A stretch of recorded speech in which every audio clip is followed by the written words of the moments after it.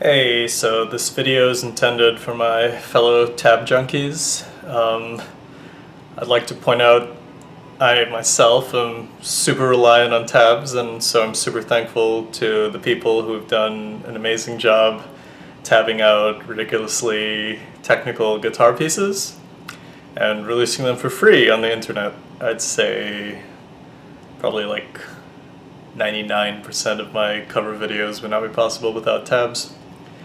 But you know, it's good to do some air training and learn music theory, especially when it comes to improvising and writing your own material. That's something I want to do more of, honestly, so I'm trying to learn music theory through a vast wealth of resources online. Jimmy Brown from Guitar World has some great lessons for free on YouTube. You should check that out, I'll link to it. And also, you know, tried and true relic of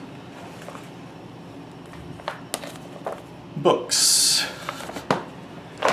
Okay, so let's move to part 2 of this arpeggio lesson. So guitar is a fretted instrument, and that means we have the good fortune of being able to, you know, learn patterns based on fret positions. And so that ties into why tabs are so useful. And when you're first starting, it can be really satisfying to just, you know, play things that sound musical by basically following a series of numbers. But eventually you want to understand conceptually more of what you're doing, so you can not be lost when you're jamming with people, which is probably the most fun way to get practice in. So let's take apart some of the fretboard patterns that you may or may not have learned already and try to explain them in context. So most guitar players have heard of scales. Can't avoid my roots. Let's look at the E minor scale. So if you ever listen to Metallica, you've probably heard this scale. So we have root, second F sharp, G is the minor third, fourth A, fifth B, sixth C, seventh D, and then octave of the root note E. So you can extend this scale pattern, but essentially you're just repeating the notes in higher octaves. When you're improvising, we know that just running up and down the scale, playing all the notes, is not the most interesting sound. So this is why arpeggios are cool. You're picking out certain notes in the scale pattern. In the previous video, I referenced minor triad, which is referring to the root, the minor third, and then the fifth. So the third degree is what gives the arpeggio its minor quality. And what I mean by that is, if you were to look at the major arpeggio shape, just change that one note, the minor third, it becomes the major. So now you get a happier sound just by changing one note. So learning to play these triad shapes all over the neck is really useful. But if you want to add some color and variety to your solos or your compositions, you'll probably want to add other tones into the mix. The seventh degree is a staple in a lot of musical genres. You've heard of the seventh chord. So if we go back to E minor, if I want to add the seventh degree, if you remember, it was D. So that's an E minor 7 arpeggio. It sounds more interesting than just... So that's the plain minor, but the minor 7.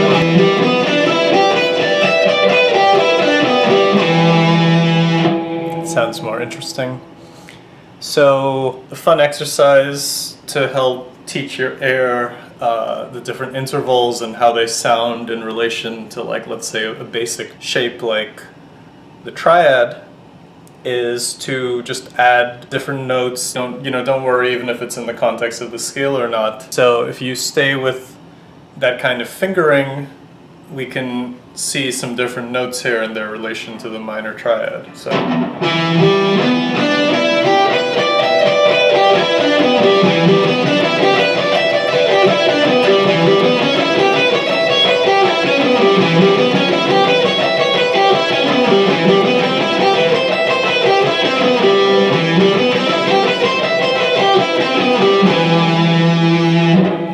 So you got the point there. If you want to add notes below the 5th degree, I actually would change this pattern, the fingering a little differently. So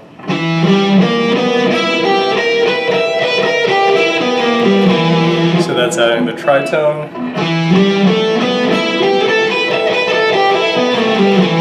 And that's adding the 4th degree. It's like a Westwood type feel. World, I should say. I like those kind of 2 notes per string patterns, and I'm going to show a little more of that in the 3rd video for why I like having those 2 note per strings to arrange a tapped sequence a little more easily. And you know, we can also do this with the major triad. So let's say, so we can start adding the 7th degree to that.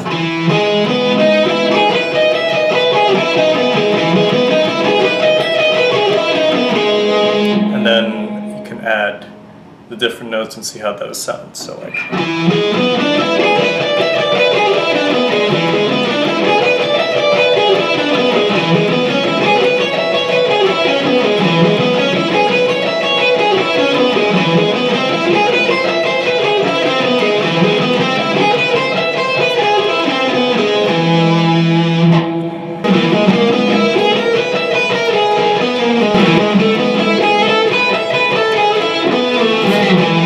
start training your ear to recognize the sound of different notes or the intervals in relation to the root. This will help you pick things up by ear more quickly. I do want to set aside time to practice this more, but I haven't personally. And then of course you can go beyond the major and minor chord shapes. I've read in this book, Music Theory, a bit about augmented and diminished triads. Okay, so that's it for now. The next video, as I said, will show a cool tapping approach to arpeggios, so I hope you tune in for that. And thanks for watching.